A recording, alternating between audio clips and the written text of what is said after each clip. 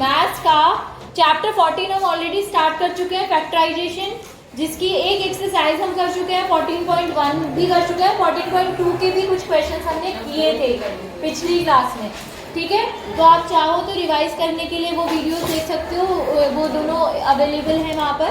और एक्सरसाइज 14.2 का हम लोग आज क्वेश्चन नंबर 3 के कुछ पार्ट्स करेंगे और उसके आगे के क्वेश्चंस के कुछ पार्ट्स करेंगे बाद में। क्वेश्चन नंबर 3 देखिए, क्वेश्चन नंबर 3 आपकी एक्सरसाइज 14.2 का question number 3, factorise the expression. 14.2 question number 3,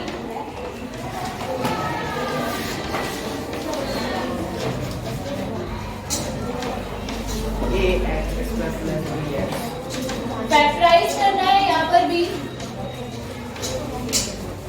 ये एक्चुअली काफी आसान है, ax² प्लस bx, इसको आपको फैक्टराइज करना है, ए पार्ट।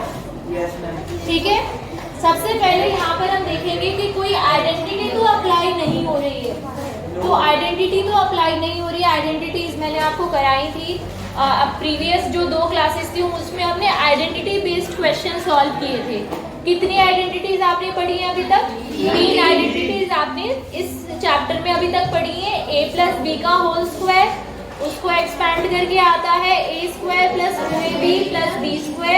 फिर आपने पढ़ी थी a माइनस बी का whole square which is equal to a² minus 2ab plus b²। और थर्ड आइडेंटिटी आपने पढ़ी थी a² minus b² which is equal to a plus B bracket a minus B. Okay, तो अभी उनमें से तो कुछ अप्लाई यहाँ पर नहीं हो रहा है, तो यहाँ क्या करेंगे, हम कॉमन निकालेंगे, कॉमन फाइंड आउट करेंगे, फैक्टराइज करेंगे, कॉमन फैक्टर ढूंढेंगे। ध्यान से देखिए, यहाँ पर 2 टर्म्स हमारे पास है, दोनों में क्या क्या वेरिएबल और क्या क्या नंबर है। तो यहाँ पर a और b दोनों अलग अलग है, x दोनों जगह है, x का कितना पार्ट हम कॉमन निकाल सकते हैं? तो मैक्सिमम हम इसमें से x कॉमन ले सकते हैं, क्योंकि अगर हम x की पावर 2 कॉमन लेंगे वो आपको यहाँ इस टर्म में से तो मिल जाएगा बट यहाँ से नहीं मिलेगा। ठीक है, तो उसका अच्छा तरीका ये है कि जो आपके पास यहाँ पर लीस्ट पावर जो होती है, कॉमन लीस्ट पावर एलसीएम कह सकते हो एक तरीके से, वो आप लेंगे यहाँ पर। तो x आपने कॉमन ले लिया, तो यहाँ पर क्या बचा अंदर ब्रैकेट, वो करने का जो जनरल मेथड है वो ये है कि आप x से ax² को डिवाइड करके देखो, ax² को x से डिवाइड करो तो x से x² कैंसिल होगा, एक x बचेगा, एक x बचेगा, 2x है ना ऊपर, उसमें से कैंसिल होगी, एक x बचेगा और a बचेगा, तो ax आ गया। तो यहाँ ब्रैकेट में आपको ax रखना है। जब आपको ये अच्छे से करना आ जाएगा तो आपको डिवीजन करने की जरूरत नहीं पड़ेगी, आप डायरेक्टली भी लिख सकते हो। ठीक है, तो ax आ गया प्लस यहाँ से x कॉमन आया, तो bx को x से डिवाइड करोगे, x से x कैंसिल हुआ, आपको क्या मिला, b, वो यहाँ लिखोगे। ये वाला स्टेप अच्छे से समझ में आया? ठीक है, अब इसके आगे क्या कुछ हो सकता है? नहीं हो सकता, this is your answer, factorisation. ठीक है, इसका अगला पार्ट करते हैं बेटा। अब मैं इसका आपको करा रही हूँ थर्ड पार्ट। ये फर्स्ट पार्ट था, दिस वाज फर्स्ट पार्ट, अब मैं थर्ड पार्ट इसका करा रही हूँ आपको। 2x³ plus 2xy² plus 2xz²। ठीक है, यहाँ पर भी कोई आइडेंटिटी अप्लाई नहीं हो रही है, कॉमन लेके कॉमन क्या क्या आ सकता है, तो यहाँ से 2 तीनों में है कॉमन, 2 कॉमन आ सकता है, x भी तीनों टर्म्स में आपको दिखाई दे रहा है, x भी कॉमन आ सकते हैं। x की कितनी पावर कॉमन लेनी है कि सब जगह से कितना आ सकता है, मैक्सिमम यहाँ से 1 आ सकता है, यहाँ से 1 आ सकता है, यहाँ से भी 1 निकाल सकते हो मैक्सिमम, तो यानी 1 से ज्यादा बड़ी पावर कॉमन नहीं ले सकते, इसलिए x आ गया, x की पावर 1 कॉमन। समझ में आई ये चीज? Yes, ma'am. y तीनों टर्म्स में नहीं प्रेजेंट है, y कॉमन नहीं ले सकते, z भी कॉमन नहीं ले सकते क्योंकि तीनों टर्म्स में कॉमन नहीं है वो। ठीक है, 2x कॉमन आ गया ब्रैकेट। अब पहली टर्म में से 2x निकाल दिया, क्या बच गया? x²। अगर आपको ये डायरेक्टली करना नहीं आता तो आप सेम वही चीज करो, 2x क्यूब को 2x से डिवाइड करो, 2 से 2 कैंसिल हो गया, x से x क्यूब कैंसिल हुआ तो x² बचा। ये समझ में आई x² कैसे बचा? Yes, ma'am. तो आगे अब देखो 2x कॉमन ले लिया, यहाँ से 2x z²। ये हो गया इसका फाइनल आंसर, फैक्टराइजेशन। समझ में आ रहा है सर? Yes, ma'am. अब मैं आपको कराऊंगी इसका पार्ट नंबर 5। Okay, ma'am. ठीक है, वैसे 5 बहुत ज्यादा आसान है, फिर भी हम करेंगे। 5th पार्ट को करेंगे bracket lm plus l bracket close plus m plus l। ठीक है, सबसे पहले ये जो ब्रैकेट इन्होंने यहाँ पर लगाया है, इसको आप खोल लीजिए। सॉल्व करने के लिए ना तो कोई स्क्वायर लगाया, कुछ भी नहीं लगाया, तो सिंपल बस ब्रैकेट ओपन कर lm plus l plus m plus l। ठीक है, m प्लस तो यहाँ से मैम लास्ट वाले इसमें m प्लस 1 है। Yes, ma'am. m प्लस 1 है। चलो, अब मुझे पता चल गया कि इन्होंने ब्रैकेट क्यों लगाया है। यहाँ पे ब्रैकेट आप लगाए रखेंगे, ब्रैकेट इन्होंने इसलिए लगाया है यहाँ पर। आप देखो कि इनमें तो कुछ कॉमन नहीं है, ये तो 1 है, इनमें कुछ कॉमन नहीं है, लेकिन इन टर्म्स में कॉमन है। यानी कॉमन टर्म्स आप इन्हीं दोनों में से ले सकते हो। तो आप ये जो ब्रैकेट लगा है इसके अंदर ही फैक्टराइजेशन करोगे। कैसे करोगे? इस ब्रैकेट के अंदर देखो, इस दोनों टर्म्स में कॉमन क्या है? l कॉमन है। Yes, ma'am. l कॉमन है दोनों टर्म्स में से, l कॉमन ले लेंगे ब्रैकेट। ठीक है, इसमें से l कॉमन ले लिया, क्या बचा? l। यहाँ पे l ही था और बाहर l ही आ गया कॉमन, तो क्या बचा? अब उसको इस ट्रिक से समझो कि इस l को हम डिवाइड करेंगे किससे? l से, तो आंसर कितना आएगा? 1। तो यहाँ पे 1 लिखेंगे। क्लियर हुआ? समझ में आया? ठीक है, ब्रैकेट हमने कर दिया क्लोज, ब्रैकेट के अंदर ब्रैकेट है, प्लस m प्लस 1। अब देखो बेटा, ध्यान से देखना इस चीज को। m plus 1 common. यहाँ पर इस बाहर वाले ब्रैकेट को चाहो तो आप हटा सकते हो। ठीक है, बाहर वाला जो ब्रैकेट था, यहाँ पर आपको 2 टर्म्स नजर आ रही हैं, एक ये और एक ये वाली टर्म। ठीक है, पहले 3 टर्म्स थी, एक ये पूरी, एक ये। अब ये 2 टर्म्स बन चुकी हैं जिसमें आपको कुछ कॉमन नजर आ रहा है। आपको m प्लस 1 इधर भी है और m प्लस 1 इधर भी है, आप इसमें से m प्लस 1 कॉमन ले लीजिए। ठीक है, इसके आगे का पार्ट मैं यहाँ सॉल्व करा रही हूँ।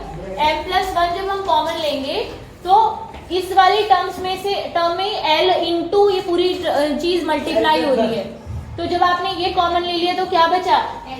l बचा, प्लस इधर ये पूरी की पूरी टर्म ही बाहर कॉमन आ गई, तो इस केस में क्या बचता है? अंदर 1। तो ये आपका फाइनल आंसर है। आप चाहो तो, क्योंकि ये एक सिंगल वैल्यू नहीं है, पूरा एक्सप्रेशन है, तो आप इसे भी एक ब्रैकेट में इसे इस तरीके से लिख सकते हो। ठीक है, तो ये जो एक्सप्रेशन था उसकी फैक्टराइजेशन इस तरह से होगी। समझ में आया सभी को? एक बार ध्यान से देखिए, अगर डाउट हो तो पूछो।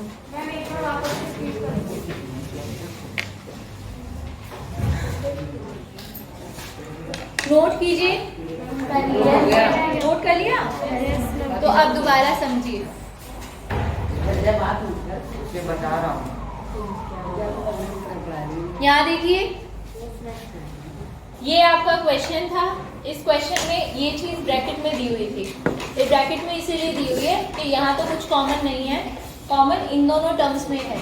इन दोनों टर्म्स में क्या कॉमन है? l कॉमन है। बोलना मत प्लीज, मैं ही समझाऊंगी, मैं पूछूंगी आपसे पर जवाब भी मैं ही दूंगी। ठीक है, वो बस बोलेंगे नहीं होता है। तो इन दोनों में से कॉमन l है, तो हमने l कॉमन ले लिया। ये ब्रैकेट के अंदर वाला अभी से कुछ नहीं किया है, छेड़ा नहीं है अभी हमने से। L कॉमन ले लिया, यहाँ ब्रैकेट के अंदर क्या बचा m। आप बोलोगे मैम ये वाला ब्रैकेट कहाँ से आ गया, तो ये पूरा बड़ा ब्रैकेट था, उसके अंदर हमने इसको सॉल्व किया है आगे, ठीक है। ब्रैकेट अंदर कॉमन के अंदर क्या बचा है, डिवाइड करोगे जब L से LM को डिवाइड करोगे m बचेगा, प्लस L से जब L को डिवाइड करोगे 1 मिलेगा आपको। अब बाकी की टर्म्स जो थी उनको एज इट इज उतार लिया हमने। कौन सा ब्रैकेट, यहाँ पे दिखाने के लिए कि ये पूरी एक टर्म है, ठीक है, इसलिए लगाया। अपनी आपकी मर्जी, आप ब्रैकेट लगा सकते हो, कोई प्रॉब्लम नहीं है ब्रैकेट लगाने में। ब्रैकेट से कुछ नहीं होता, मतलब कोई साइन चेंज नहीं होता, कोई बदलाव नहीं होता, बस वो एक जगह ग्रुप बन जाता है, आप उसे एज ए ग्रुप देखने लगते हो, ठीक है। अब ये एक टर्म ये बन गई, एक टर्म ये बन गई, ठीक है। इन दोनों में से आपने देखा कि m+1 यहाँ भी है, m+1 यहाँ भी है, तो आपने जब m+1 कॉमन लिया दोनों टर्म्स में से, तो अब जो ब्रैकेट मिला आपको दूसरी साइड, m+1 जब आपने कॉमन लिया तो जो टर्म बची वो कौन सी बची, इस वाली टर्म में से l आपको मिलेगा यहाँ पर, और दूसरी टर्म एज इट इज पूरी आ गई थी बाहर, इसलिए हमें 1 लिया अंदर, हमने डिवाइड करने पर हमें 1 मिलेगा। तो ये जो अंदर आया है ये एक ब्रैकेट में क्लोज हो जाएगा, जो बाहर बचा है उसको दूसरे ब्रैकेट में हम क्लोज कर देंगे। यहाँ पे डबल टाइम हमने कॉमन लिया है, कॉमन लेने की जो प्रोसेस है वो 2 बार की गई है, ठीक है। आपको समझ में आया फैक्टराइजेशन कैसे किया? एक और क्वेश्चन करते हैं इसी का।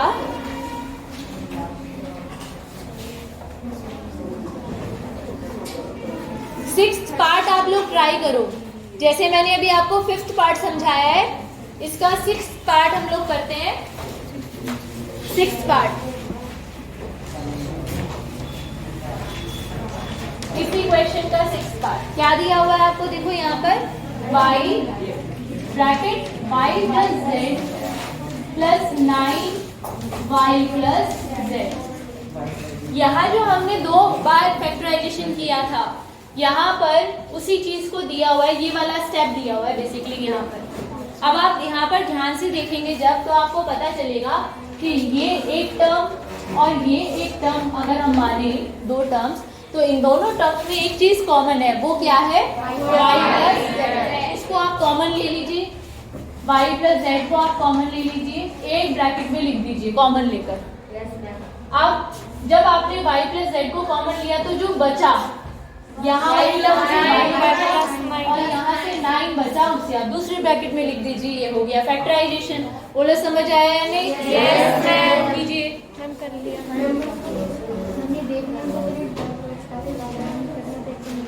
हाँ, 9th पार्ट सॉल्व करते हैं इसी क्वेश्चन का। 9th पार्ट, क्या आपने 1st और 3rd पार्ट सॉल्व कर लिए? Yes ma'am.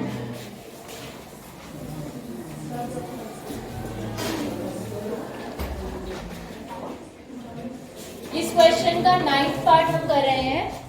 6xy minus 4y plus 6 minus 9x।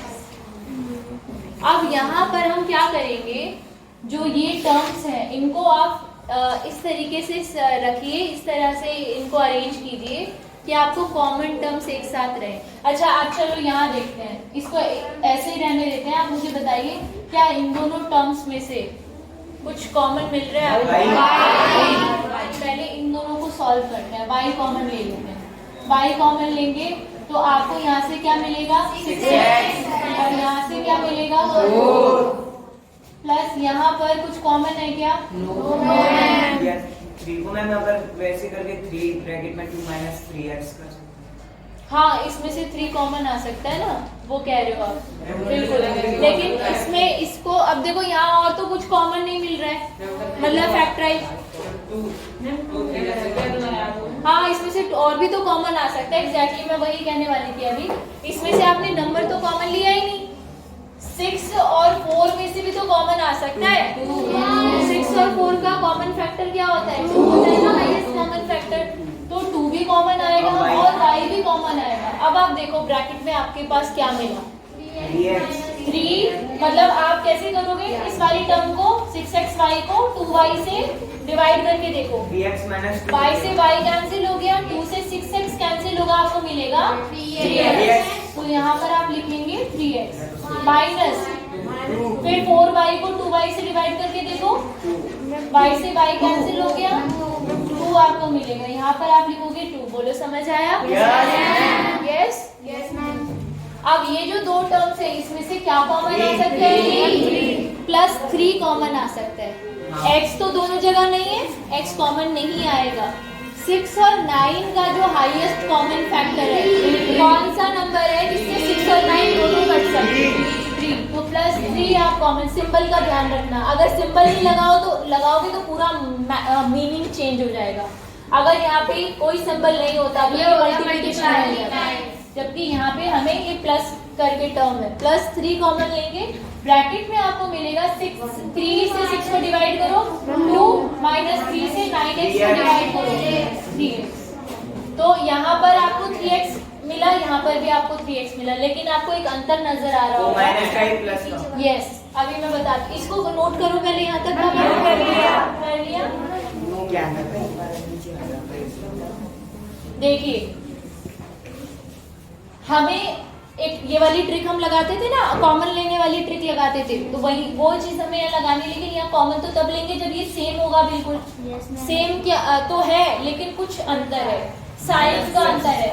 ये प्लस का है यहाँ पर, यहाँ पे माइनस का है, तो हम क्या करेंगे, माइनस का साइन कॉमन ले लेंगे। माइनस का साइन कैसे कॉमन लेंगे? आप यहाँ पे प्लस की जगह माइनस कर दो बाहर, फिर जो हम अंदर प्लस हो जाएगा। बता रही हूँ, ये माइनस का साइन आप करोगे तो इन दोनों के साइन चेंज हो जाएंगे। हमने अंदर से माइनस कॉमन ले लिया, हमने अंदर से माइनस का साइन कॉमन ले लिया, तो 3x हो जाएगा प्लस का और 2 हो जाएगा माइनस का। अब ये देखने के लिए कि जो आपने अपनी मर्जी से जो साइन कॉमन लिया है, इसको करने से कहीं आपका क्वेश्चन तो चेंज नहीं हो गया, ये चेक करने के लिए हम इन्हें वापस मल्टीप्लाई करके देखेंगे। -3 की -2 से मल्टीप्लाई जब आप करोगे, माइनस से माइनस कैंसिल हुआ, 6 मिल रहा है कि नहीं मिल रहा प्लस का। फिर -3 की आप मल्टीप्लाई करके देखो प्लस 3x के साथ, क्या आपको -9x मिल रहा है? बिल्कुल मिल रहा है, यानी हमने कोई चेंजेस नहीं किए, बस साइन कॉमन लिए। समझ में आया सबको? हमने माइनस का साइन बाहर कॉमन लिया। अब दोनों ब्रैकेट में सेम हो गया है। आप चाहो तो अपनी कन्वीनियंस के लिए इसे इस तरीके से भी लिख सकते हो, 3x - 2 और यहाँ पर 3x - 2 आगे पीछे करके लिखा सेम साइन के साथ। समझ में आया? ठीक है। अब आप ध्यान से देखिए, यहाँ पर आपको ये टर्म, मतलब इस पूरे, ये अगर एक टर्म मान लें और ये एक टर्म मान लें, तो इसमें ये कॉमन है। यस, कॉमन फैक्टर है इनका। इनको आप 3x - 2 को आप बाहर कॉमन ले लीजिए, एक ब्रैकेट में आ जाएगा, और जो बचा, क्या बचा, 2y - 3, ये दूसरे ब्रैकेट में आ जाएगा। ये हो गई आपकी फैक्टराइजेशन, फाइनल आंसर। समझ में आया? नोट कीजिए। क्वेश्चन नंबर 3 तो हो गया है। क्वेश्चन नंबर 4 करते हैं, चलिए। क्वेश्चन नंबर 4 एक आइडेंटिटी पे बेस्ड क्वेश्चन है। एक आइडेंटिटी आपने पढ़ी थी, वो मैं बताती हूँ, पहले से नोट कीजिए। डबल बार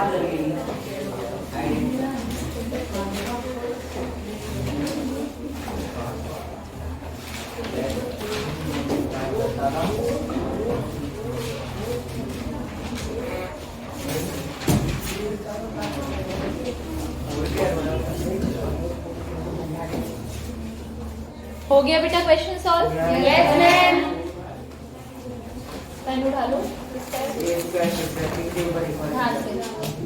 तो वो है a square plus b square और लेफ्ट साइड पे a स्क्वायर। देखिए क्वेश्चन नंबर 4 में हमें एक आइडेंटिटी हम लोग यूज करने वाले हैं।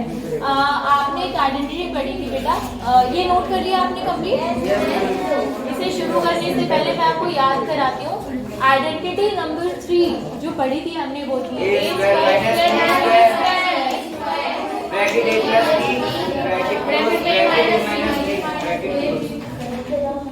ठीक है, ये हमने आइडेंटिटी पढ़ी थी। अगर आप पूछना चाहो कि मैम ये आइडेंटिटी कैसे आती है, ये कैसे बनी आइडेंटिटी, तो आप देखिए यहाँ पर ध्यान से, मैं आपको सॉल्व करके दिखा देती हूँ।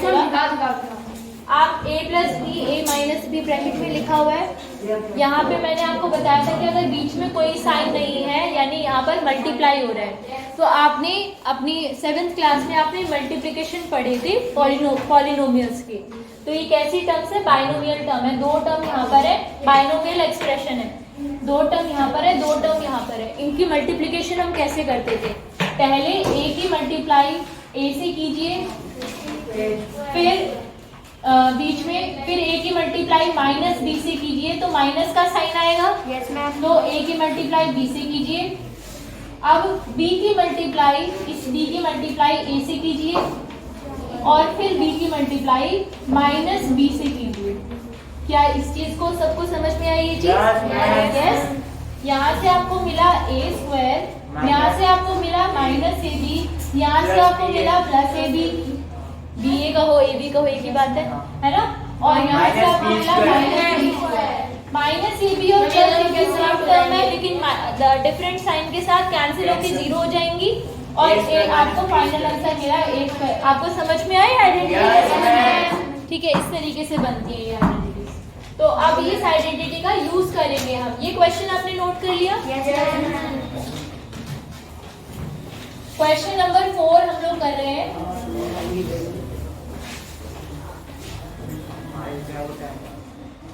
क्वेश्चन नंबर 4 का फर्स्ट पार्ट देखिए बेटा, आपको दिया हुआ है एक अलजेब्रिक एक्सप्रेशन, ये दिया हुआ है a की पावर 4 माइनस b की पावर 4। आपको याद होगा कि जब हम आइडेंटिटीज अप्लाई करते थे तो हम सबसे पहले परफेक्ट स्क्वायर होल स्क्वायर बनाते थे। तो यहाँ पर भी हम इसका होल स्क्वायर बनाएंगे। a की पावर 4 वाली तो आपने कोई आइडेंटिटी नहीं पढ़ी, लेकिन आपने पढ़ा है a स्क्वायर। तो आप a की पावर 4 को क्या आप इसे ऐसे लिख सकते हो? यस। आपको पता है कि जब एक ही बेस पर दो पावर लगी होती हैं तो वो पावर आपस में मल्टीप्लाई हो जाती है। यानी अगर आप इसे वापस सॉल्व करना चाहो तो 2 × 2 4 ही मिलेगा आपको a की पावर। ठीक है, इसी तरीके से हम b की पावर 4 को क्या हम b स्क्वायर का स्क्वायर लिख सकते हैं? यस। ठीक है, तो अब ये जो मैंने आपको बताया था कि जब हमारे क्वेश्चंस में a और b आ जाए तो आप अपनी आइडेंटिटी को ही चेंज कर दो। आप अपनी आइडेंटिटी a और b को छोड़ के x y में कन्वर्ट कर लो, तो आपकी नई आइडेंटिटी हो जाएगी x square minus y square is equal to x plus y x minus y और x माइनस y। ये आइडेंटिटी इस फॉर्म में आप यूज करना। Is it clear? Yes. Now यहाँ अब इसे कंपेयर करो। पहले आप बताओ ये वाली जो आपकी आइडेंटिटी है कौन सी वाली फॉर्म में, लेफ्ट हैंड साइड या right hand side? Right hand side. इसको आपको एक्सपैंड करना है। तो पहले आप कंपेयर करो x square minus y square से। तो x की वैल्यू क्या है आपके पास? a square. ये पूरी x की वैल्यू है। यस और नो? Yes ma'am. ठीक है, तो ये आपकी x की y की वैल्यू क्या है? b square. अब आपको इसे इस फॉर्म में कन्वर्ट करना है राइट हैंड साइड। तो चलिए मेरे साथ बताइए, ये है x प्लस वाई और x माइनस वाई। तो इसे एक्सपैंड करके आप लिखोगे x की जगह a square plus b square और दूसरे ब्रैकेट में लिखेंगे a square minus b square. ये हो गया आपका क्वेश्चन सॉल्व। क्या ये पूरी तरीके से सॉल्व हो गया है? नहीं हुआ है अभी कुछ और भी काम बाकी है। पहले हो गया ये यहाँ तक का काम, नोट करो।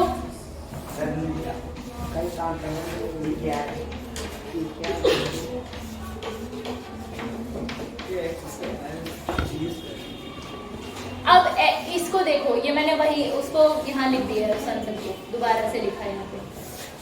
ऐसी तो कोई आइडेंटिटी हमने नहीं पढ़ी है, पर ऐसी आइडेंटिटी हमने पढ़ी है। इसका तो सीधा सीधा आंसर आपको पता है कि a square minus b square होता है a प्लस b और a माइनस b। ये है आपका फाइनल आंसर।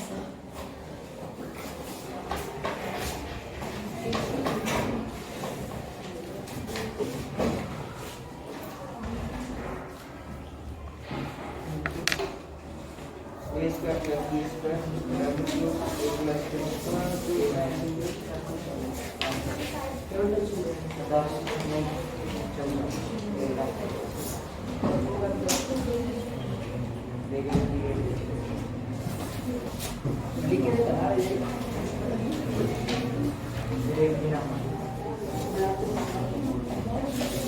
क्वेश्चन देखिए बेटा, इसी का सेकंड पार्ट, ये आपने नोट कर लिया?